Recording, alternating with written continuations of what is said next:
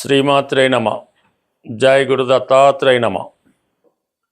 ఈ వీడియోలో మనం ఫిబ్రవరి 17వ తారీఖున కుంభరాశి యందు ఏర్పడబోతున్న పంచగ్రహ కూటమి, అలాగే ఈ 17వ తారీఖున అమావాస్య ఏర్పడుతుంది. అలాగే ఒక గ్రహణ యోగం ఏర్పడుతుంది అన్నమాట.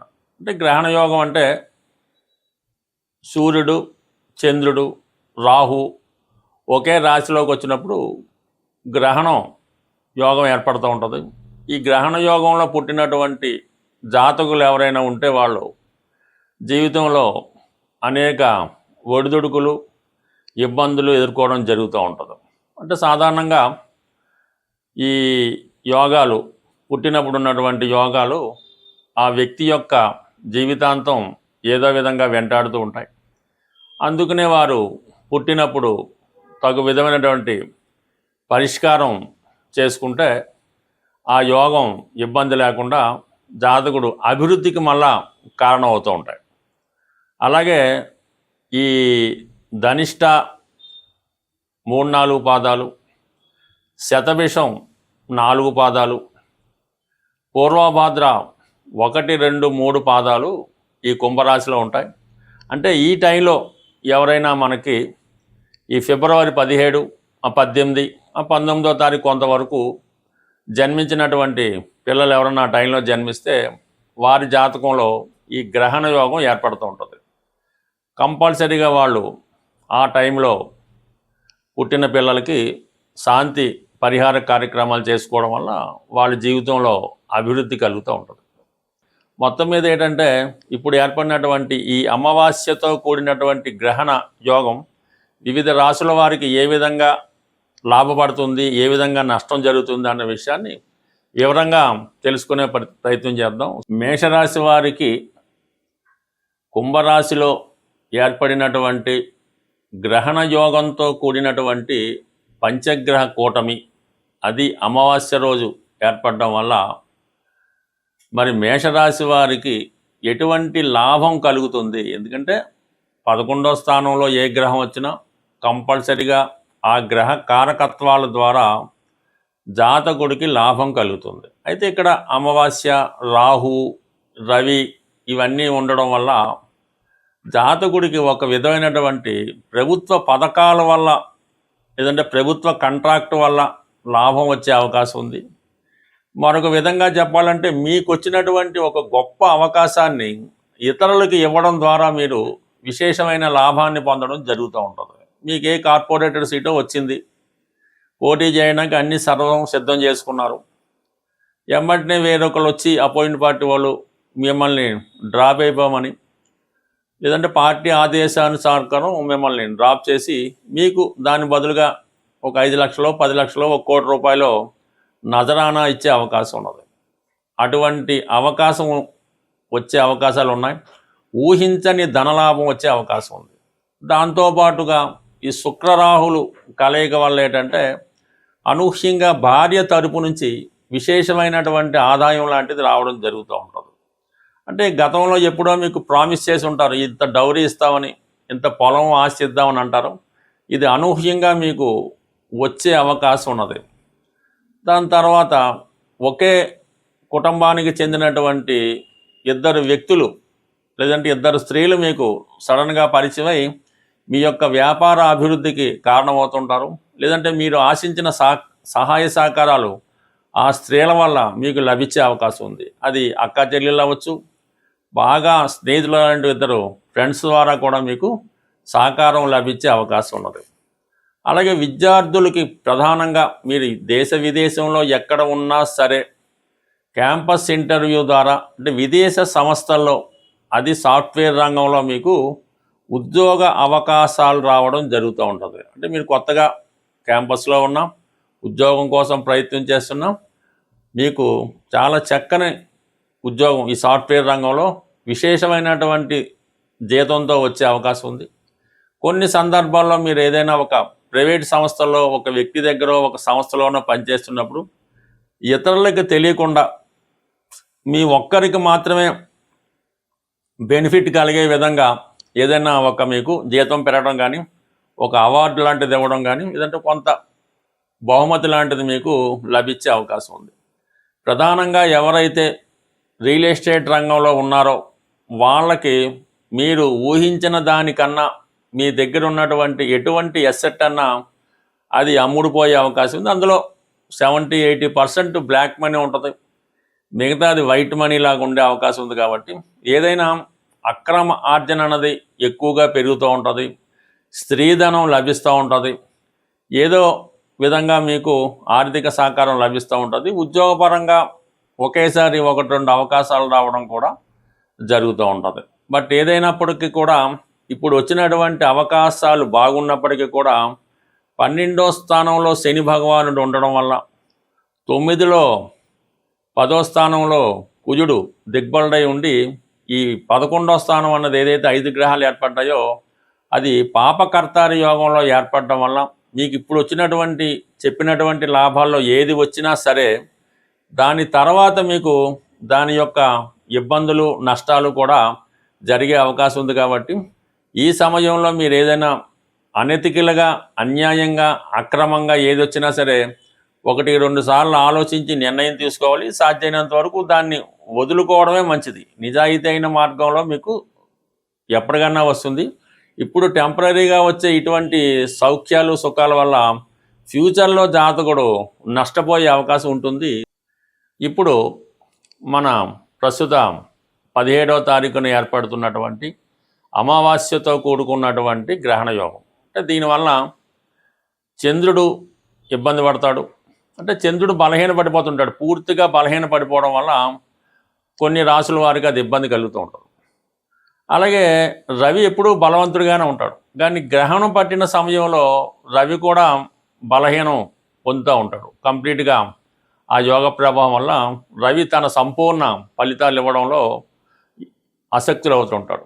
ఆ కారణం వల్ల రవికి సంబంధించినటువంటి రాశుల వారు కూడా ఈ సమయంలో ఇబ్బంది పడడం జరుగుతూ ఉంటుంది. అయితే సహజంగా బుధుడు కూడా అదే రాశిలో ఏర్పడడం వల్ల ఈ బుధుడికి రవి వచ్చినప్పుడు ఈ బుధాదిత్య యోగం అనే యోగం ఏర్పడినప్పటికీ అక్కడ రాహు కూడా కలడం వలన, అంటే రాహు సాధారణంగా బుధుడికి ఏమి ఇబ్బంది పెట్టడం. రాహు బుధుడు గురు శిష్యులు లాంటి వాళ్ళు అన్నమాట. బుధుడు ఏ రాశిలో ఉంటే ఆ రాశి ఫలితాలలాగా రాహుతో కలడం వల్ల రాహు యొక్క ఫలితాలు ఇవ్వడం జరుగుతూ ఉంటుంది బుధుడు. సో ఆ కారణం ఏంటంటే బుధుడు అత్యంత మేధావిగా మారుతూ ఉంటాడు.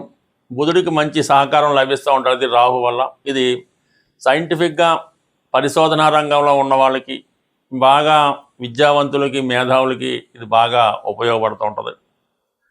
అయితే శుక్రుడు కూడా రాహు మిత్రులు అవుతుంటారు. ఈ రాహు శుక్రుడితో కలియడం వల్ల ఈ శుక్రుడు సంబంధించినటువంటి రాశుల వారికి కొంతవరకు వారు ఎక్కువగా జీవితంలో ఏదైతే సాధించాలని కోరుకుంటూ ఉంటారో అవి సాధించడం జరుగుతూ ఉంటుంది. ముఖ్యంగా ఏంటంటే ఏదైనా ఒక వ్యక్తితో పరిచయాన్ని కోరుకోవడం కానీ, ఏదైనా ఒక పెద్ద వాహనం కానీ, గృహం కానీ కొనుక్కుందామనే ఆలోచన కానీ, ఎన్నాళ్ళుగానో ఎదురు చూస్తున్నటువంటి వ్యక్తుల్ని, అంటే మరి అబ్బాయిలైతే అమ్మాయిల్ని కలుసుకోవడం, అమ్మాయిలైతే అబ్బాయిల్ని కలుసుకోవడం జరుగుతూ ఉంటుంది. అంటే ఇది ఎవరి జన్మ జాతకంలో అయినా ఈ రాహు శుక్రుడు కలిసి ఉన్నప్పుడు అది ఒక విధమైనటువంటి కోర్కెలతో కూడుకున్నటువంటి వ్యభిచార దోషం లాంటిది అవుతూ ఉంటుంది. సో ఈ విధంగా ఈ 5 గ్రహాలు మరి కుంభరాశిలో కలిసడం వల్ల అక్కడ ఈ రాహు ఉండడం వల్ల, అంటే రాహు మొత్తం ఈ అన్ని గ్రహాలని కూడా వాటి యొక్క ఒరిజినల్ కారకత్వాల్ని నాశనం చేస్తూ ఉంటాడు. రాహు ఒక విషగ్రహం, ఒక రాక్షస గ్రహం, ఒక అవినీతికి సంబంధించినటువంటి అనెతికల్ గ్రహం మాట. అతనికి ఇప్పుడున్నటువంటి చట్టాలతో కానీ, ధర్మంతో కానీ, న్యాయంతో కానీ ఏ విధమైన సంబంధం ఉండదు.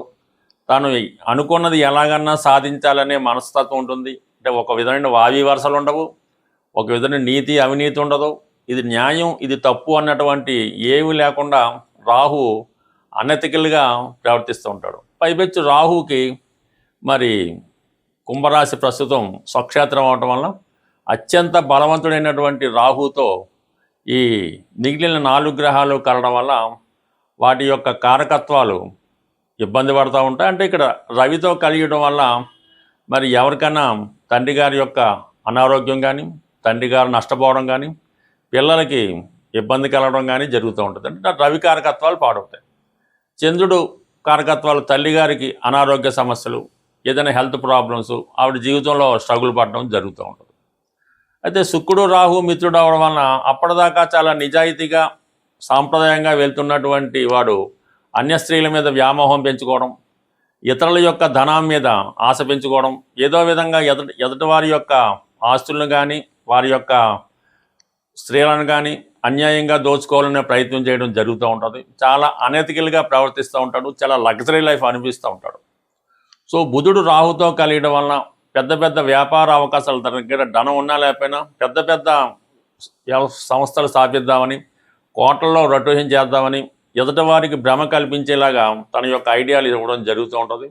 సైంటిఫిక్గా తాన్ని బాగా ఇంప్రూవ్గా ఊహించుకుంటూ ఉంటాడు. ఏ విధమైనటువంటి బలం లేకపోయినా, ఎంత ధనం లేకపోయినా ఒక గొప్పగా అతను తను ప్రజెంట్ చేసుకోవడం జరుగుతూ ఉంటుంది. మరి ఈ విధంగా ఏర్పడినటువంటి ఈ 5 గ్రహాల కూటమిలో కేవలం 2.5 రోజులు అటు ఇటుగా మాత్రమే చంద్రుడు ఉండి మీనరాశికి వెళ్ళడం జరుగుతూ ఉంటుంది. ప్రధానంగా ఈ శుక్రుడు మార్చి వరకు ఉండడం జరుగుతూ ఉంటుంది. రవి మార్చి 14 వరకు ఉండడం జరుగుతూ ఉంటుంది. అయితే బుధుడు మాత్రం అదే రాశిలో ఇంచుమించుగా మనకి ఏప్రిల్ నెల వరకు కూడా అందులోనే వక్రించడం ఇవన్నీ జరుగుతాయి. కాబట్టి ఇప్పుడు ఏర్పడినటువంటి అమావాస్య గ్రహణ యోగం, దానికి పరిష్కారం కరెక్ట్గా చేసుకుంటే ప్రతి సమస్య మనకి సులభంగా పరిష్కారం అవడం జరుగుతూ ఉంటుంది. ప్రతి తిథికి ఒక గ్రహం అధిపతిగా ఉండడం జరుగుతూ ఉంటుంది. అమావాస్యకి అధిపతిగా రాహుగ్రహం ఉంటుంది. అలాగే అష్టమి నాడు కూడా రాహు ఆధిపత్యంలో ఉంటుంది. అందుకనే అమ్మవారికైనా చండీ హోమాలు అలాంటివి చేసినప్పుడు అమావాస్య కానీ అష్టమి కానీ ఎన్నుకోవడం జరుగుతూ ఉంటుంది. మరి ఈరోజు మనకి ఈ గ్రహణ యోగానికి అలాగే అమావాస్య యోగానికి పరిహారంగా అమ్మవారిని ఆరాధించడం వల్ల మనకి సమస్య పరిష్కారం అవుతూ ఉంటుంది. సింపుల్గా కనకదుర్గ అమ్మవారు లేదా ఒక శక్తి స్వరూపం, లేదంటే దశ మహావిద్యల్లో ఏ అమ్మవారైనా పర్వాలేదు. ఈ విధంగా మీకు ఇష్టమైనటువంటి మీ సమీపంలో ఉన్నటువంటి అమ్మవారి ఆలయానికి దర్శించడం, వీలుంటే ఒక నిమ్మకాయల దండ, ఆకుపచ్చ రంగుతో కూడుకున్న నిమ్మకాయల దండ అమ్మవారికి సమర్పించడం, లేదు ఒక 8 నిమ్మకాయలు అమ్మవారికి సమర్పించి ఒక విధంగా కుంకుమర్చన ఏదో చేయించి మీరు ఆ పూజారి గారు మీకు ఒక నిమ్మకాయ ఇస్తే ఒకటి, ఇది 2 ఇస్తే 2 తీసుకొని అది మీ దగ్గర భద్రపరచుకోవాల్సి ఉంటుంది. ఒక 4 నిమ్మకాయలు ఇస్తే ఇంట్లో అందరి దగ్గర కూడా పెట్టుకున్నా మీకు ఈ యోగాల నుంచి అంటే ఈ ఇబ్బందుల నుంచి తొలగిపోయే అవకాశం ఉంటుంది. సో అలాగే చిన్నగా మరి ఇంకా ఇంట్లో పూజ చేసుకునే వాళ్ళు ఎలా ఉంటుందంటే అమ్మవారికి తమలపాకులో యాలకులు, లవంగాలు, అలాగే వీలైతే కొద్దిగా పచ్చకర్పూరం, అంటే పచ్చకర్పూరం మళ్ళీ 2 రకాలు ఉంటాయి. తిని పచ్చకర్పూరం వేరుగా ఉంటుంది, మామూలుగా ఇప్పుడు ఉన్నటువంటి అందరూ ఉపయోగించే స్మెల్ కోసం ఉపయోగించేది కాకుండా ఇటువంటిది అమ్మవారికి తాంబూలంగా సమర్పించడం వల్ల కూడా ఈ రాహుగ్రహ పరిహారం మీకు రావడం జరుగుతూ ఉంటుంది. బట్ ఏదైనా ఈ చిన్న ప్రక్రియ మీకు చాలా వరకు అంటే అమావాస్య రోజు చేస్తే మళ్ళా అమావాస్య వరకు మీకు దాని ప్రభావం ఉండడం జరుగుతుంటుంది. అంటే సర్వసాధారణంగా ఈ మధ్యకాలంలో ఏదో ఒకటి ఈ చేతికి కట్టుకోవడం జరుగుతూ ఉంటుంది. తాయెత్తు లాంటిదో, రక్షనో, అమ్మవారిదనో, ఆంజనేయ స్వామిదనో ఈ మణికట్టు దగ్గర ఇవి కట్టుకుంటూ ఉంటారు, రక్షాబంధనాలా కట్టుకుంటూ ఉంటారు. అవి చాలామంది ఏంటంటే సంవత్సరాల కొద్దీ అవే వాడుతూ ఉంటారు.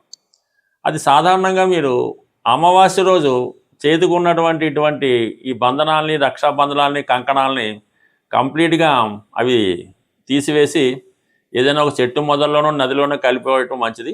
మళ్ళీ మీరు కొత్తది అమావాస్య రోజు మళ్ళీ కొత్తగా ధరించడం వల్ల దాని పవర్ మళ్ళీ వచ్చే అమావాస్య దాకా ఉంటుంది. అంతే తప్ప అటువంటి ఈ రక్షాబంధనాల్ని, తాయెత్తుల్ని వాటిని ఇలాగా సంవత్సరాలు బట్టి ఉంచుకోవడం వల్ల కూడా అది ఇబ్బంది కలుగుతూ ఉంటుంది. బట్ ఏదైనా కొన్ని పరిహారాలు చేసుకోవడం వల్ల నమ్మకం బట్టి ఆధారపడి ఉంటుంది కాబట్టి మరి ఇటువంటి ఈ పరిహారం సాధారణంగా చేసుకుంటే మంచిది. సో ఏదైనా మీరు అమ్మని నమ్ముకుంటే అన్నీ ఉన్నట్టే అని ఏదైనా ఈ గ్రహణ యోగం నుంచి తొలగాలంటే మీరు గట్టిగా పట్టుకోవడం అమ్మవారి యొక్క పాదాలు, ఆ సమస్య అదే మీకు సాల్వ్ అవుతుంది. స్వస్తి.